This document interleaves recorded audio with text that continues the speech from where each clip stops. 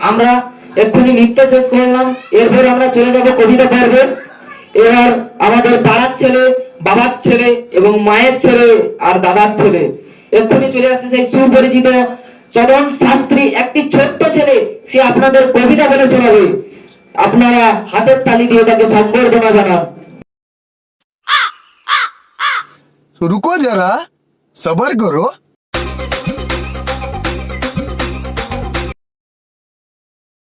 নমস্কার, আমি একটি কবিতা বলে শোনাচ্ছি।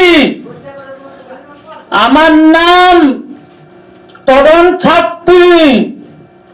আমি একটি ভোজপুরি কবিতা বলে শোনাচ্ছি। Twinkle twinkle little star, how in that superstar. হায় বাড়া, মনে পড়েছে, কি করবো? তুই শালা।